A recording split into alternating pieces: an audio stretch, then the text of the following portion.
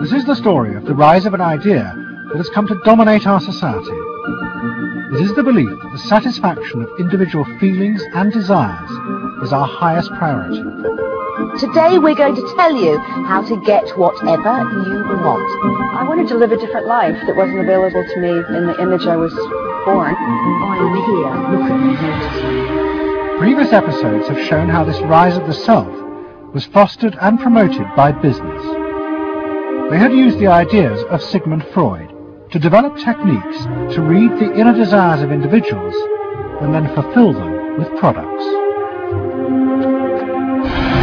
This final episode is about how that idea took over politics. It tells the story of how politicians on the left, in both America and Britain, turned to these techniques to regain power. They believed that they were creating a new and better form of democracy, one that truly responded to the inner feelings of individuals. But what the politicians didn't realize was that the aim of those who had originally created these techniques had not been to liberate the people, but to develop a new way of controlling them in an age of mass democracy.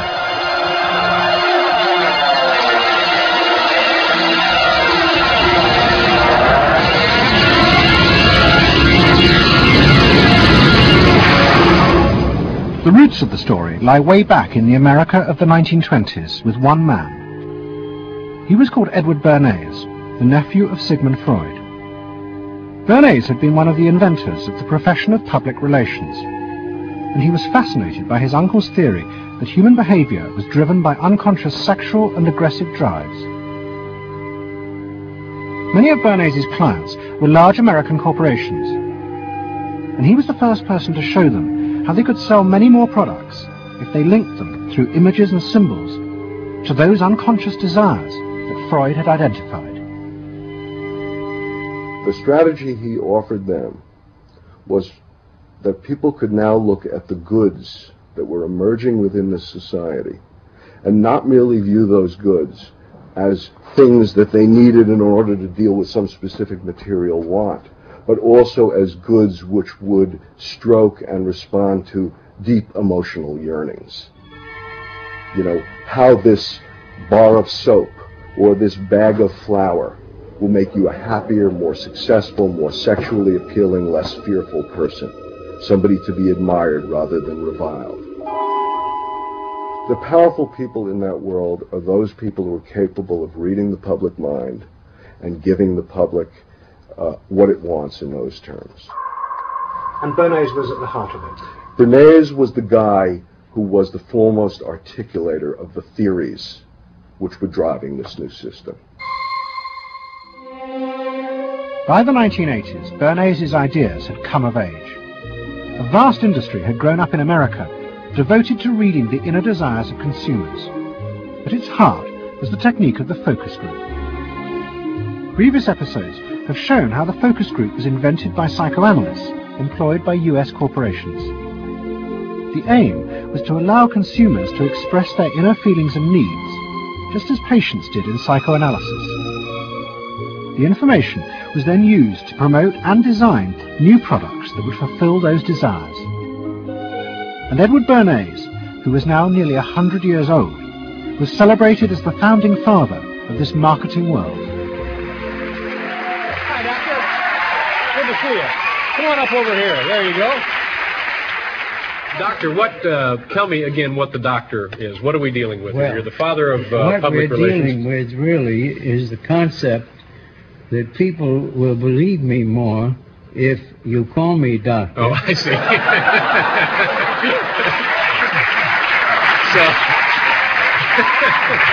It's a good idea. And Bernays' ideas and techniques were also about to conquer Britain in the 1980s. Unlike America, the ruling elites in Britain had always distrusted the idea of pandering to the masses. It was epitomized by the patrician elite who ran the BBC.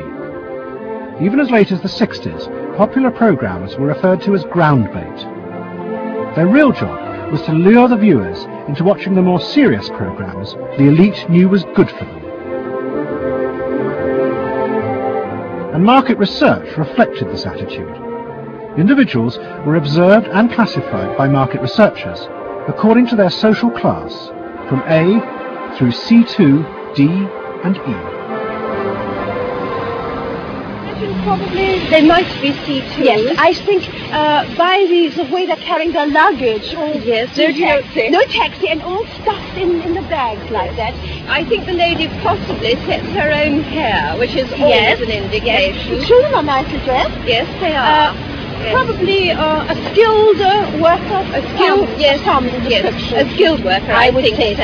Yes, I would certain say so. apprenticeship or done some That's right. qualifying. We agree then. Yes, we think so. Yes. When people were asked their opinion about both products and politics, they were selected by social class and asked only strictly factual questions about what they thought. Leaving your own party sympathies on one side, who do you think will win this forthcoming election? Labour. Labour? And tell me which you prefer. Which party do you think you'll be voting for? This time, Liberals. You'll be voting for the Liberals. And who do you think will be second? Conservative. This one. Okay. The idea that one might ask people what they themselves felt and desired, and then give it to them, was seen as alien to the ruling elites, which would challenge their belief that they knew what was best for the public. There's evidence in other countries, in the United States, for example, where pollsters have been used before elections to interpret the mood of the public, and then you give people more what they want to have and less what they ought to have. But again, this could be alleged to be more democratic, I don't know. It's very dangerous ground, I think, though, when polls are used in that way. But then, in the economic crisis of the mid-70s, British industry was forced to begin to pay attention to the inner feelings of consumers. As the recession deepened, consumer spending fell dramatically, and the advertisers insisted that the only way for companies to survive was to make their advertising more effective. And to do this, they would have to delve into people's underlying psychological motives for purchasing. The advertising industry started to bring in Americans to run focus groups with British housewives. Everyone is a unique person, and even though you're a group of 10 today, we don't want a group opinion, and we want to know your ideas and your thoughts, no matter how crazy it might be. Please let your imagination run wild, because that's how very crazy things like instant coffee got born. Now, can we get somebody, this lady, to be a kitchen sink? And kitchen sink, how do you feel with these things that are being used to clean you up? Well, I've got to feel clean. I've got to be kept clean. So I feel that. I should hate it if I was all greasy, so I've got to be easy to clean. Okay, now the housewife, this lady, what would you use to clean your kitchen sink? A scouring powder. Of course, a cloth to apply the things on, and plenty of water. Now, how do you feel as you're doing this chore? Feel satisfied? Well satisfied when I have done it, yes. I'm doing my duty. I feel it's a job well done. The consumers were encouraged to play at being products, from household cleaners to car seat belts. The aim was not to talk rationally, but to act out and reveal their inner emotional relationship to products. Which firmly and unmistakably underlines. And then a politician emerged who also believed that people should be allowed to express themselves. Instead of being controlled by the state, the individual should become the central focus of society. Some socialists seem to believe that people should be numbers in a state computer. We believe they should be individuals. We're all unequal. No one, thank heavens, is quite like anyone else, however much the socialists may pretend otherwise. And we believe that everyone has the right to be unequal, but to us, every human being is equally important. A man's right to work as he will, to spend what he earns, to own property, to have the state as servant and not as master, they are the essence of a free economy, and on that freedom all our other freedoms depend.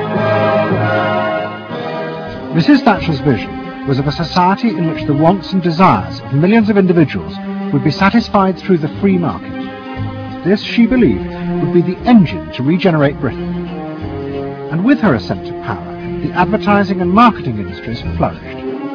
Their task was to find out what the British people really wanted and then sell it to them. In this new climate, the focus group flourished, and those who ran them borrowed from the techniques of psychotherapy to delve ever deeper into people's feelings about products. We're trying to understand how people feel about brands, how they relate to brands. That is to say, what the brand's personality is as far as consumers are concerned.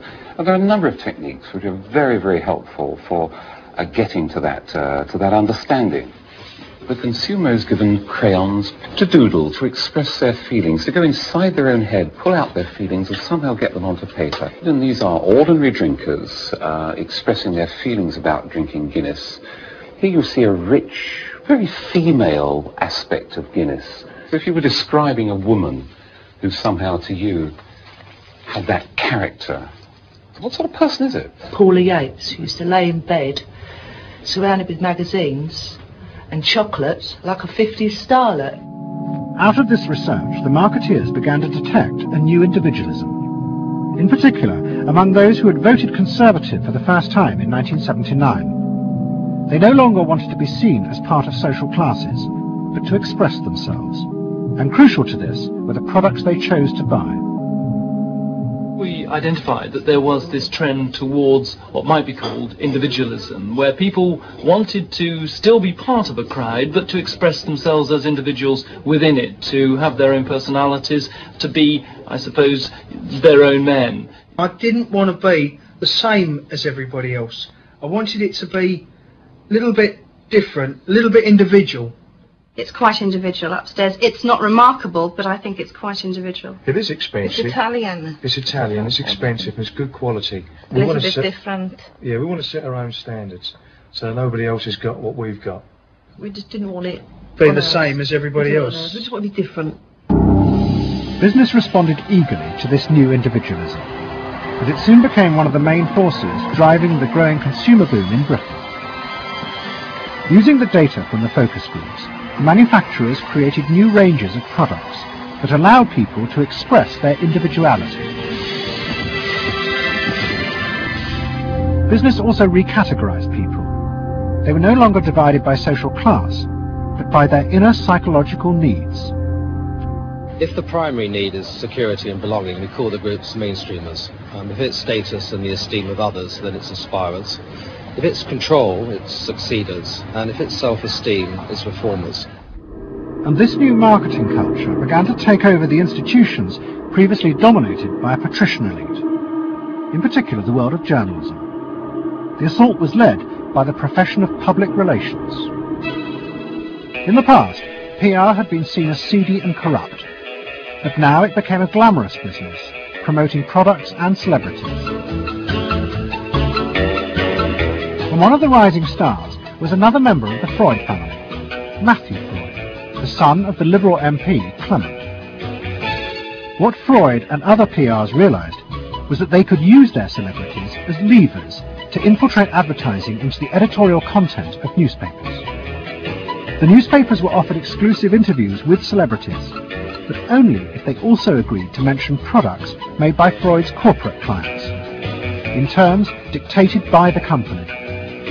What happened with Freud's was that you effectively got some kind of product placement, or even product, the manufacturers of the product got some degree of control over how their products would appear in print. So if, for example, you did want to write about Caprice's passion for stuffed crust pizza, you would sign a contract which guaranteed that you would mention the firm Pizza Hut in at least twice in certain positions in the introductory paragraph of the article. You would agree to run the Pizza Hut logo at such and such a size in such and such a place, and of course that you would agree to run the enclosed pictures of Caprice eating her stuffed crust pizza. There was no choice about how you would run this article in the press. You were effectively told how to run the article in the press. By Freud? By Freud. It's a rise of the corporate culture and the rise of business. To traditional journalists, this infiltration of advertising into the editorial pages was a corruption of their profession. But to Mrs. Thatcher's allies, like Rupert Murdoch, who owned the Sun and the Times, it was part of a democratic revolution against an arrogant elite who had too long ignored the feelings of the masses.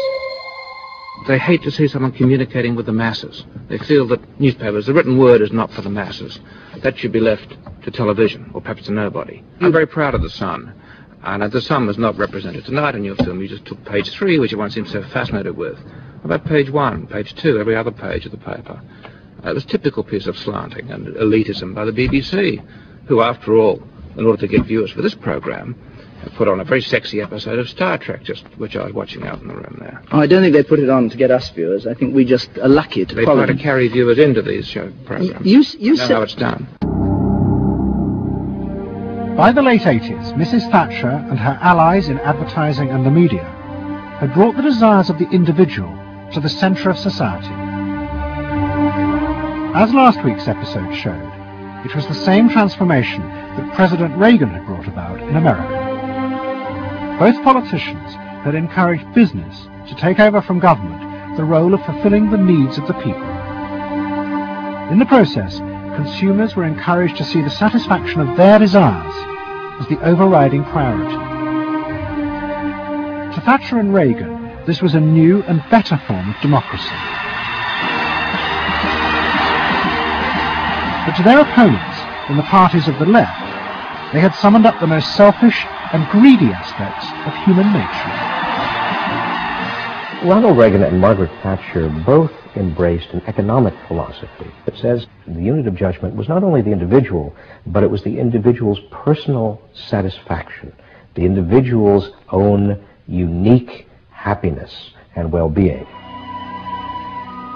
It was, in a sense, the triumph of regarding individuals as purely emotional beings who have needs and wants and desires that need to be satisfied and can be satisfied unconsciously. It goes way back to the early part of the 20th century, to Freud, to notions of the unconscious, the assumptions that we are, in terms of our rational minds, we're little corks bobbing around on this great sea of hopes and fears and desires of which we are only dimly aware. And that the role of a marketer, the role of somebody selling something, including a politician, is to appeal to this great swamp of desire, of unconscious desire. The left believed the opposite, that the way to create a better society was not to treat people as emotional, isolated individuals, but to persuade them to realize that they had common interests with others, to help them rise above their individual feelings and fears. Let me assert my firm belief that the only thing we have to fear is fear itself. Nameless, unreasoning, unjustified terror, which paralyzes needed efforts to convert retreat into advance. This idea had flourished in America in the Depression of the 1930s. President Roosevelt, faced with the chaos caused by the Wall Street crash, encouraged Americans to join together in trades unions, to set up consumer groups, and to pay for a welfare system for those trapped in poverty. His aim was to create a collective awareness which would become a powerful weapon against the unfettered power of capitalism, which had caused the crisis. That idea had driven the Democratic Party for 50 years.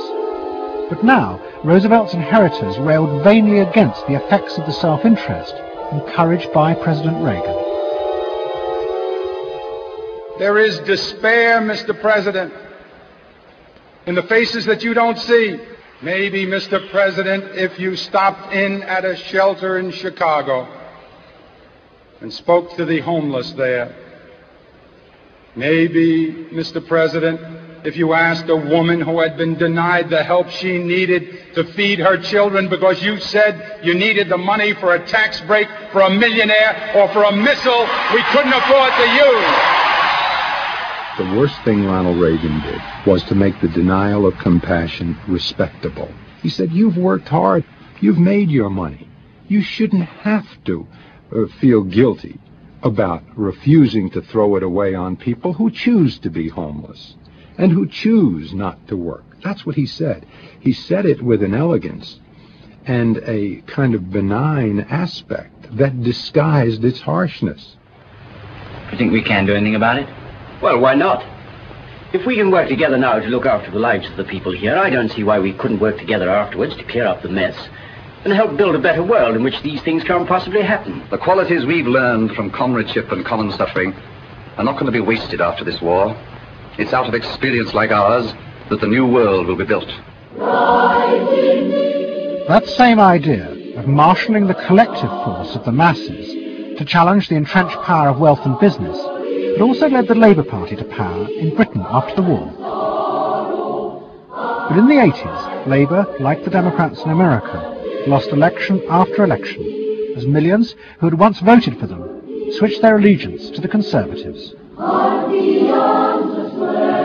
There it is, going blue just about everywhere, sweeping the country. The rural parts of Britain now gone blue. For they are the party of yesterday, and tomorrow is ours. In the face of this, a growing number within the Labour Party became convinced that if they were ever to regain power, Labour would have to come to terms with the new individualism. One of them was an advertising executive called Philip Gould, who had been a lifelong Labour supporter. Gould believed that Labour's leadership had become corrupted by the same patrician arrogance that dominated all Britain's institutions. They denigrated and disapproved of the new aspirations of working-class voters. Labour stopped listening to these people. And I remember the best example of this was after the election of 1983, which was the election above all where the people's voices just were not heard. And I had dinner with a leading Labour Party figure who'd been involved in the defeat, heavily involved in the defeat, and his wife said, God, these working class people, they just, we give them education, we give them chances in life, what do? They read the Sun and they just don't vote for us. And there was such a gap between these people just trying to make lives for themselves, better lives for themselves, and the kind of elitism of the Labour Party that was just such a chasm that had to be filled. Gould became part of a small group of modernisers centred around Peter Mandelson. Their aim was to reconnect Labour with the lost voters. To do this, Gould turned to the technique he knew well from his work in advertising, the focus group. Gould commissioned focus groups in suburban areas across the country with small groups of voters who had switched to Mrs. Thatcher. People were encouraged not to talk rationally about policies, but to express their underlying feelings. And what Gould discovered was a fundamental shift in people's relationship to politics. They no longer saw themselves as part of any group, but as individuals who could demand things from politicians in return for paying taxes, just as business had taught them to do as consumers. And I found that people had become consumers. People now wanted to have, politics and life on their own terms. I mean, not just in politics, but in all aspects of life too. People see themselves as they are, as autonomous, powerful individuals who are entitled to be respected, who are entitled to have the best, not just in, going to Tesco's or wherever, but the best in terms of health and in education too. All this was about getting the Labour Party to understand that people really, really, really had changed, and the Labour Party had not, and unless the Labour Party changed, it would not win. Philip Gould now set out to try and persuade the Labour Party that they would have to make concessions to what he called the new aspirational classes. But he was going to face implacable opposition. In the run-up to the 1992 election, Gould argued that the only way to win was for Labour to promise not to put up taxes. But the Shadow Chancellor, John Smith, angrily refused. Labour would stick to its fundamental policies. They would fight the election with the promise of tax increases to create a fairer society. And as the campaign began, it seemed as if Philip Gould was wrong. the traditional polls consistently showed Labour ahead, despite the Conservative campaign message that a Labour government would put up taxes. Even the Conservatives' oldest allies in the press became convinced that by harping on about tax, the Conservatives were cutting their own throats. So the worry about the Tories must be that they're not at the moment conveying a sense of grip and being in control. And unless they can do better than that, I think they're going to lose. But the other thing is that they still say that they are going to go on and on with this one single message of tax. And I think, part of the difficulty this morning was that you had a whole lot of people who've been going to the same press conference for 7 days, had virtually the same message thrust at them, and are kind of getting bored and restless and hitting back on it. I think the media sense a big story coming in the Tories being defeated. And the Labour Party too was convinced it would win and finally return to power. It's now time to meet the men and women who will form the next government. Labour Chancellor of the Exchequer, John Smith. And now, it is time for the next Prime Minister, Neil Kinnock. Those running Labour's campaign believed that by modern presentation they would attract back the voters, yet keep the old policies. But Philip Gould was convinced that Labour were going to lose. Through his focus groups, he knew that the very people who were telling the traditional pollsters they would vote Labour were in reality preparing to vote Conservative out of self-interest. But they were too embarrassed to admit it. And John Major also knew this, because his focus groups were telling him the same thing. What do you make of the poll which puts Labour 5 points ahead? I shouldn't worry about that. One to the Daily Mail. It's the feel out in the streets that matters. It's feeling good on the streets. It is feeling good on the streets, yes. It has been feeling surprisingly good on the streets for some time. Quite surprisingly, quite out of line with opinion polls. Don't ask me to explain it, but it feels all right. Anyway, come on. No, lads, you must sit down. We're waiting to go. John Major's victory in 1992 was a disaster for the Labour Party. The small group of reformers centred around Peter Mandelson and Philip Gould were convinced that the only way for the party to survive was to change its basic policies. But their ideas were rejected by John Smith, who had now become leader. Philip Gould left Britain to go to work for the campaign to elect Bill Clinton president in America. The 1992 election, during it and afterwards, people felt under great strain and really did feel demoralised and dejected. And then to go from this to the Clinton campaign, it was an extraordinary experience, because here suddenly I found articulated many of the ideas that I'd had but not fully myself been able to encapsulate or to articulate. If you want a president who will restore the middle class, reclaim the future for the middle class, and restore the American dream, vote for Bill Clinton in New Hampshire and send a signal to the country that we are coming together. What Gould discovered was that, like the Labour Party, the Democrats had also been doing focus groups with swing voters. The difference was that Bill Clinton had decided to tailor his policies to fit with these voters' desires. Above all, with their ferocious belief that they should only pay tax for things that benefited them, not for the welfare of others. I have no idea what percentage of my tax dollars go to welfare, but even if it's a minuscule percentage, even if it's a quarter of a percent, it's still too much for the people that are receiving these benefits that are basically non-productive. The Clinton team decided that to win, they had to promise tax cuts for these suburban voters. And they also used the focus groups throughout the campaign to check every appearance, speech and policy with them for their approval. What Clinton called the forgotten middle class became central figures in a new type of reactive politics.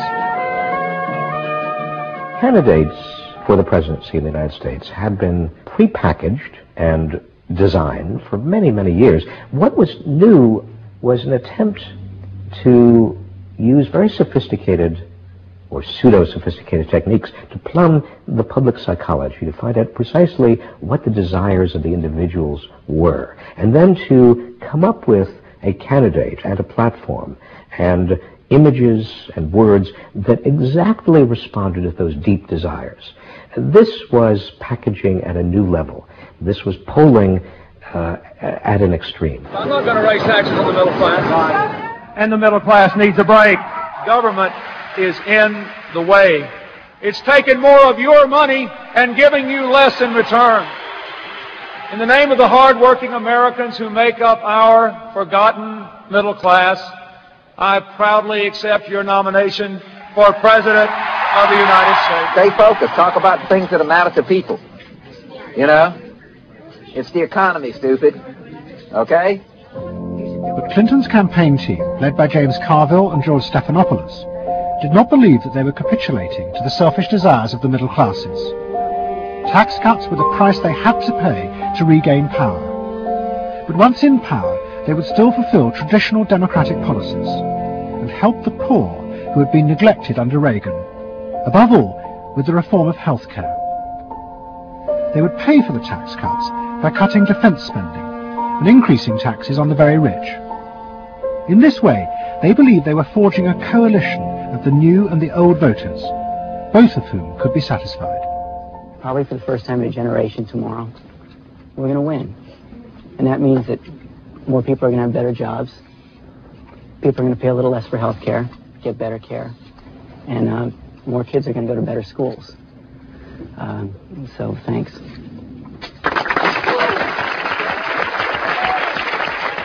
But the Democrats' optimism was to be short-lived. In November 1992, Clinton was triumphantly elected president. But within weeks, his administration discovered that the budget deficit was far greater than they had anticipated. At a meeting in the White House in January 1993, the head of the Federal Reserve told them that the deficit was nearly $300 billion. There was no way they could borrow any more without panicking the markets and causing a crisis. The only way to pay for the proposed tax cuts would be to cut government spending, not just on defence, but on welfare. Clinton was faced with a choice between the old politics and the new, and he chose the old. The tax cuts were dropped, and he tried to inspire the country with the old democratic ideal of government spending to help the poor and disadvantaged. Tonight I want to talk with you about what government can do, because I believe government must do more. To put people to work now, to create 500,000 jobs. Jobs to rebuild our highways and airports, to renovate housing, to bring new life to rural communities and spread hope and opportunity among our nation's youth. Healthcare reform sounds like a great idea to me. Well, I know, but some of these details sure scare the heck out of me. Like what? Well, like for... At the start of the Clinton administration, many of us, including, I believe, President Clinton himself, reverted back to an older tradition, tried to lift the public, to talk about genuine ideals beyond the individual. And that reform agenda being not only universal health care and child care and dealing with the widening inequalities in our society and homelessness, many things that many citizens, just particularly middle-income citizens, didn't want to deal with. But the suburban voters who had been promised tax cuts were not inspired by Bill Clinton's vision. They felt betrayed and wanted revenge. Their opportunity came in 1994 with the congressional elections. The Republicans, led by Newt Gingrich, promised huge tax cuts and to dismantle the welfare system. The voters who had defected to Clinton switched sides yet again, and the Republicans won both houses of Congress in a landslide. Well, I think it's a tremendous vote in favor of smaller government, lower taxes, and in a sense, a renewal of the Thatcher-Reagan tradition. And I think in that sense, it's pretty decisive. It means that the welfare state is going to be less hospitable for people who are not willing to take responsibility for their own situation. No question about it. I think today is the beginning of the end of the welfare state. For Clinton, it was a disaster. Faced with a hostile Congress, there was no way for him to get his reforms through. His personal popularity plummeted, and it seemed certain he would not be re-elected in 2 years' time. In desperation, and without telling his cabinet, Clinton turned for help to one of America's most ruthless political strategists, Dick Morris. What did he want you to do? Save his butt. Clinton was in serious trouble. He had lost the '94 election. He had lost control of Congress, and he hired me to come back and help save him. So he was basically asking me to perform roughly the same role as a life preserver would if you're drowning. What Morris told Clinton was that to win re-election, he would have to transform the very nature of politics. The crucial swing voters in the suburbs now thought and behaved like consumers. The only way to win them back was to forget all ideology and instead turn politics into a form of consumer business. Clinton must try to identify their personal desires and whims and then promise to fulfill them. If he followed those consumer rules, they would follow him. I said that I felt the most important thing for him to do was to bring to the political system the same consumer rules philosophy that the business community has. Because I think politics needs to be as responsive to the whims and the desires of the marketplace as business is. And it needs to be as sensitive to the bottom line, profits or votes, as a business is. I think that all of this involves really a changed view of the voters, so that instead of treating them as targets, you treat them as owners. Instead of treating them as something that you can manipulate, you treat them as something you need to learn from. And instead of feeling that you can stay in one place and you can manipulate the voters, you need to learn what they want and move yourself to accommodate it. To get inside the minds of the swing voters, Morris brought lifestyle marketing into politics for the first time. He went to one of America's most prominent market research firms called Penn & Shern and commissioned what they called a neuropersonality poll. It was a massive survey of hundreds of thousands of voters, but the only political questions it asked were to find out whether someone was a swing voter or not. All the other questions were intimate psychological ones, designed to see whether swing voters fell into identifiable psychological types. Well, we were asking people like, do you think you're the life of the party? Do you think when you see things that you like to have a list and organize them? Do you typically try to plan things ahead, or do you like to be more spontaneous? Where do you like to go? What sports do you like to play? What would you do with your spouse on a romantic weekend? So we were asking people some very personal questions about their own lives, to try to see were the kinds of people that were likely to change their vote also possessing of certain kinds of personality traits. And in fact they were. The neuropersonality poll allowed the Clinton team to segment swing voters into different lifestyle types. They were given names like pools and patios, or caps and gowns, who were urban intellectuals living in university towns. From this, the team could identify ways in which they could make individuals feel more secure in their chosen lifestyles, just as business had learned to do with products. Dick Morris called it small bore politics, tiny details of people's lives and personal anxieties which politics had never even thought about or noticed before, but which now had become the key to winning power. It was an America that focused on day-to-day practical concerns. Should I wear seatbelts? Should I stop smoking? Should I wear a school uniform? Is my neighborhood being protected? It was not so much a new individualism as the social order as we had known it had broken down. So we got into people's heads, understood their psychology, about lifestyle, about values, what they thought was important, what issues they wanted politicians, and particularly the president, to address. And these issues proved to be very, very different from what the conventional wisdom had suggested.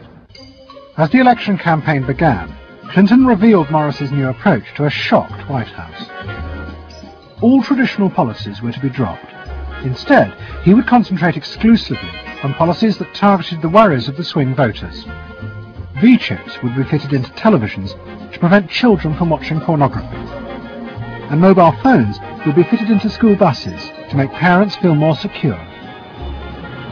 Dick Morris also persuaded the president to spend his leisure time in the same way as particular groups of swing voters. He sent Clinton on a hunting holiday, dressed in exactly the Gore-Tex outfits a group called Big Sky Families liked. The aim was to reflect swing voters' lifestyles back to them. The Liberals in Clinton's cabinet hated this approach. And I would say, well, Dick, why have a campaign? This was the 1996 campaign. If all the president is going to do is offer up these little bite-sized miniature initiatives that appeal to people's desires, like consumers, buying soap, V-chips that you could put in your televisions so you could make sure that your children did not have pornography, and school uniforms. Why talk about them? They're so mundane and they're so tiny. And he would say back, if we don't do this, we may not get reelected.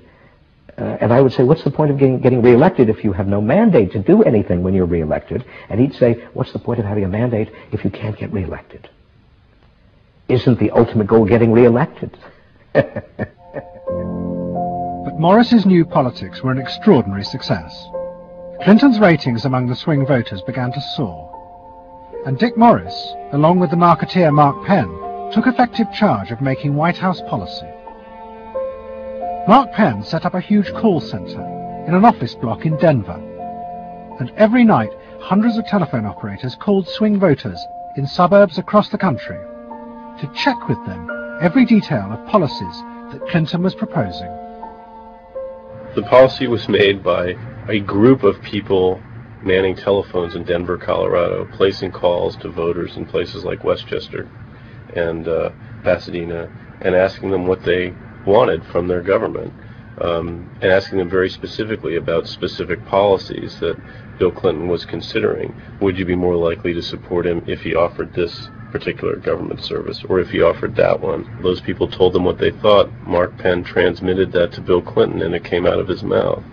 So essentially it was suburbanite voters. Suburban voters in the 90s were creating American domestic policy, and some of its foreign policy as well.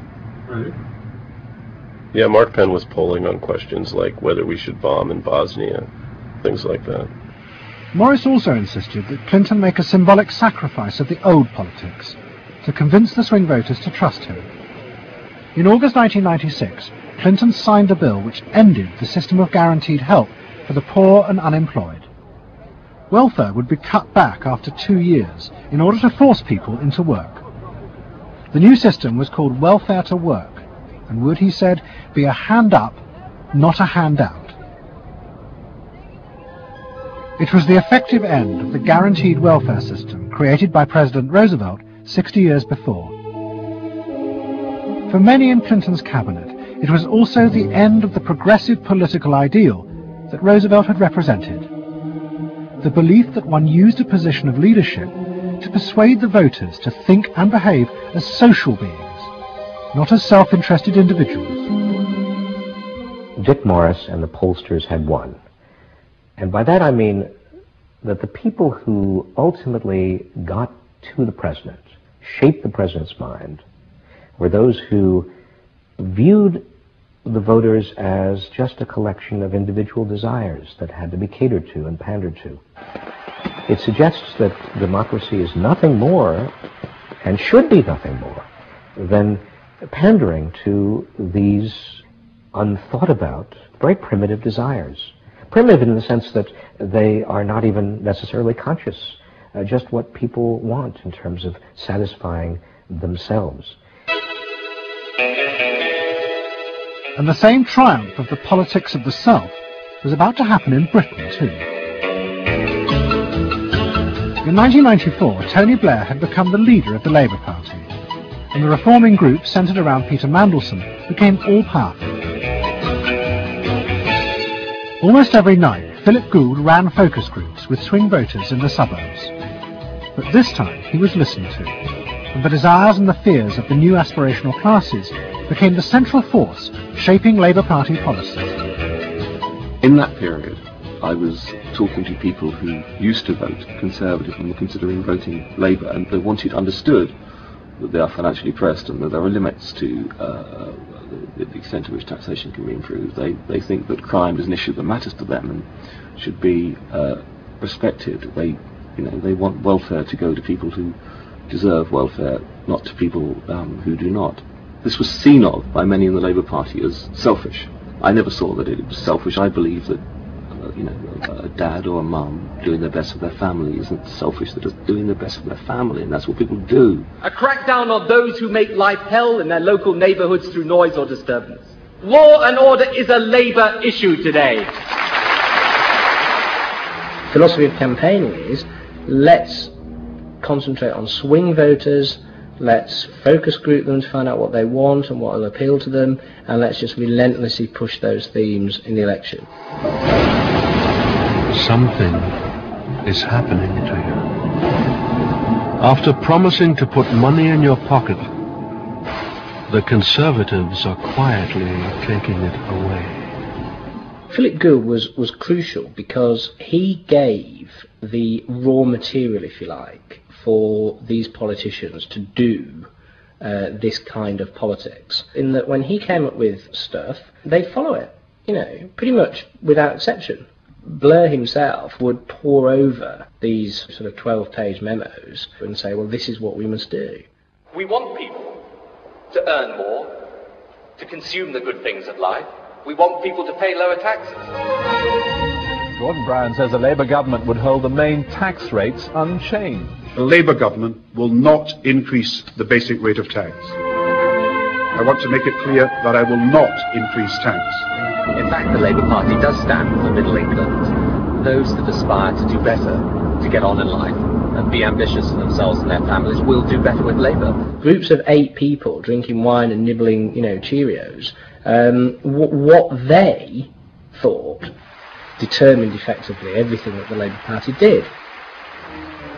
And although those running the campaign liked to portray the new approach as their invention, it was in fact copied from the Americans, even down to the phrases that the American marketeers had tested on their swing voters. Peter Mandelson and his team were in the United States watching what we did and copied almost verbatim our approach in their 1997 campaign. The benefit system should be about giving people a hand up, not just a handout. Mandelson's not a fool if he's anything. He saw something that worked, so why not do it? And I can remember reading their manifesto and saying to myself, they just took it lock, stock, and barrel. You know, on one hand you're proud, and on another hand, you're bitch. And as in America, Labour was forced to drop policies that would not directly benefit the swing voters, even if it meant sacrificing its fundamental principles. The commitment to public control of industry, which was enshrined as Clause 4 of the party constitution, was dropped. The aim of Clause 4 had been to use the collective power of the people to challenge the unfettered greed of business. But now, Tony Blair was faced with crucial voters who no longer saw themselves as exploited by the free market. They saw themselves as individual consumers who were fulfilled and given identity by what business delivered them. The new Clause 4 promised not to control the free market, but to let it flourish. Business is more powerful than government. It is quicker, it is more creative. Business is the lifeblood of the country. From this come all the benefits that society needs. Employment, investment. I think, frankly, there is only one party getting business right, and that's New Labour. What New Labour did, it suits people who exert power in society not through the political system, or not through the democratic political system. So it suits big business, and it suits entrenched interest, and it suits the status quo.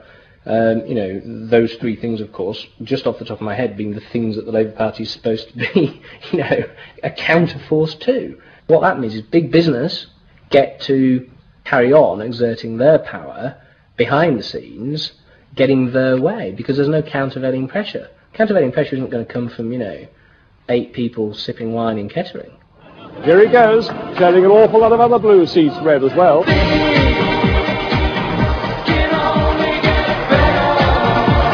Very happy, very relieved, and very exhilarated. But those who masterminded Labour's victory in 1997 saw it as a triumphant vindication of a new form of democracy. By understanding and fulfilling people's inner desires through the focus group, they were giving power to individuals, not treating them as faceless groups who were told by politicians what was good for them. I don't see the focus group as some marketing tool. I see the focus group as a way of hearing what the people have to say. And I see the focus group as a way to a new form of politics. What the people give, the people can take away. We are the servants, they are the masters now. 1997 is, I think, fundamentally important in that. I think it is the end of the elitist politics that's dominated Britain for so much of the last 100 years.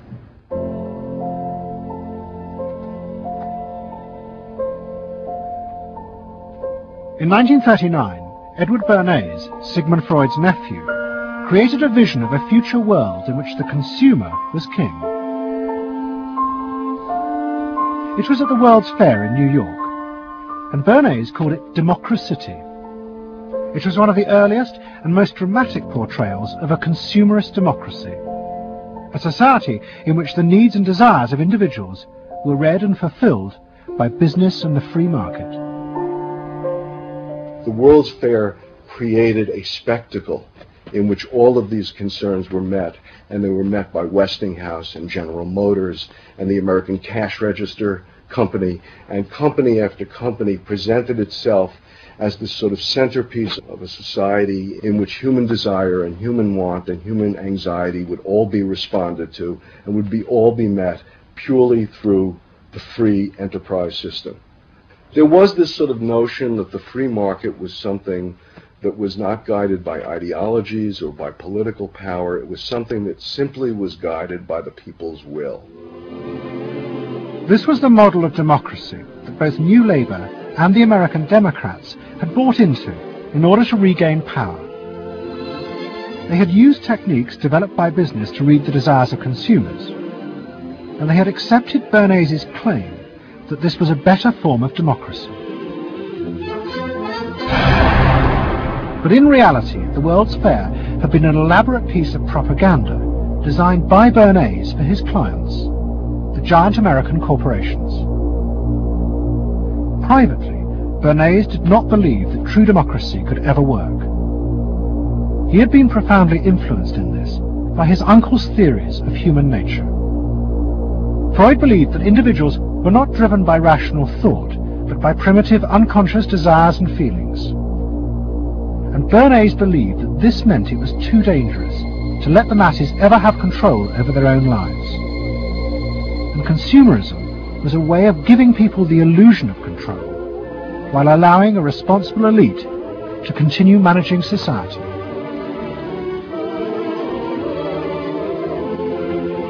It's not that the people are in charge, but that the people's desires are in charge. The people are not in charge. The people exercise no decision-making power within this environment. So democracy is reduced from something which assumes an active citizenry to something which now increasingly is predicated on the idea of the public as passive consumers, the public as people who essentially what you're delivering them are doggy treats. The problem for New Labour was that it believed the propaganda.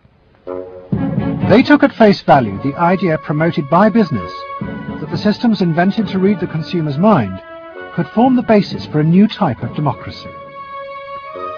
Once in power, New Labour tried to govern through a system that Philip Gould called continuous democracy.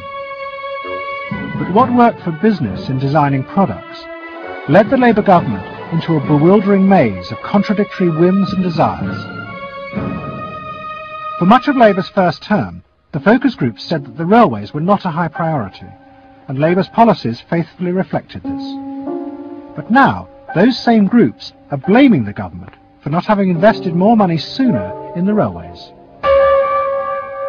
The point about focus group politics is that there isn't one because people are contradictory and irrational, and so you have a problem in terms of deciding what you're going to do if all you do is actually listen to a mass of individual opinions that are forever fluctuating and don't really have any coherence, and crucially are not set in context. So that's why people can say, you know, I want lower taxes and better public services. Of course they do. You know, if you say, do you want to pay more taxes to get better public services, people are less sure. They then don't believe that if they do pay more taxes, they will be spent on better public services. So you end up in this quagmire where, you know, the truth is a politician has to say, look, this is what I believe. I believe that you should pay slightly more taxes to make better public services, and I pledge that I'm competent enough to actually use that money wisely. Do you want that? Vote for me, yes or no.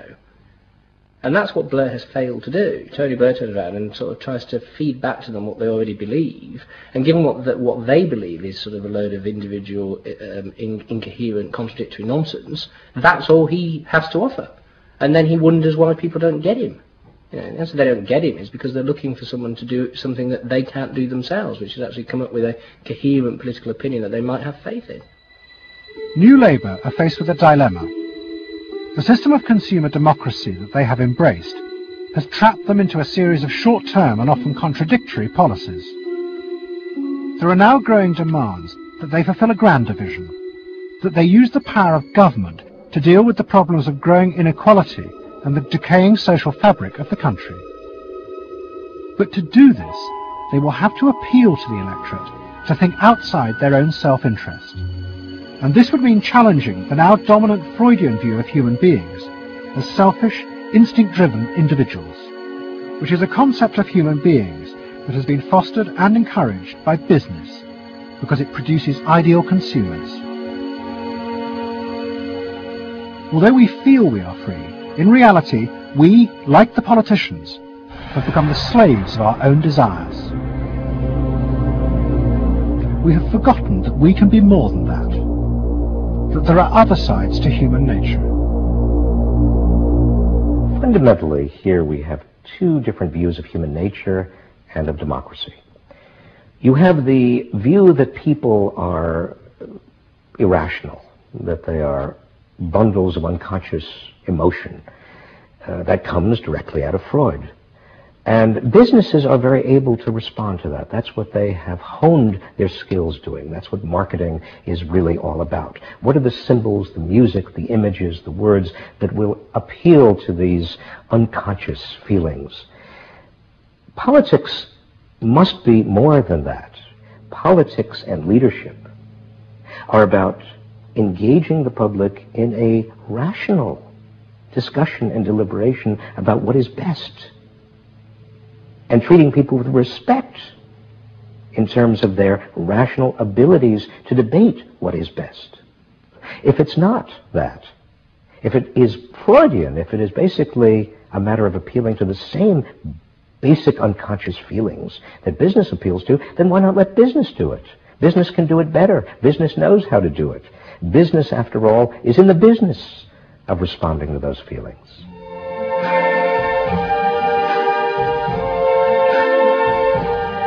I see trees of green, red roses too. I see them bloom for me and you. And I think to myself, what a wonderful world. I think to myself,